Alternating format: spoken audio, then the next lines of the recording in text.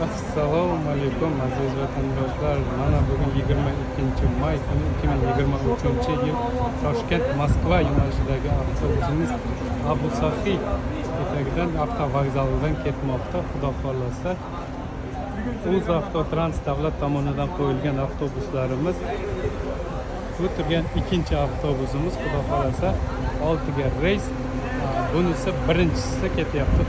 Mana behijolat ekrandagi nomerga telefon qilaverasizlar.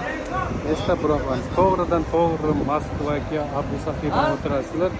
Прямой Moskva Novoyashinova avtovokzaliga borasizlar. Hech qanaqa пересадкасыз, прямой.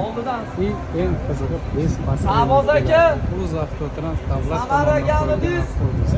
Murojaat uchun ekranda nomer qoldiramiz. Bemalol telefon qilaverasizlar.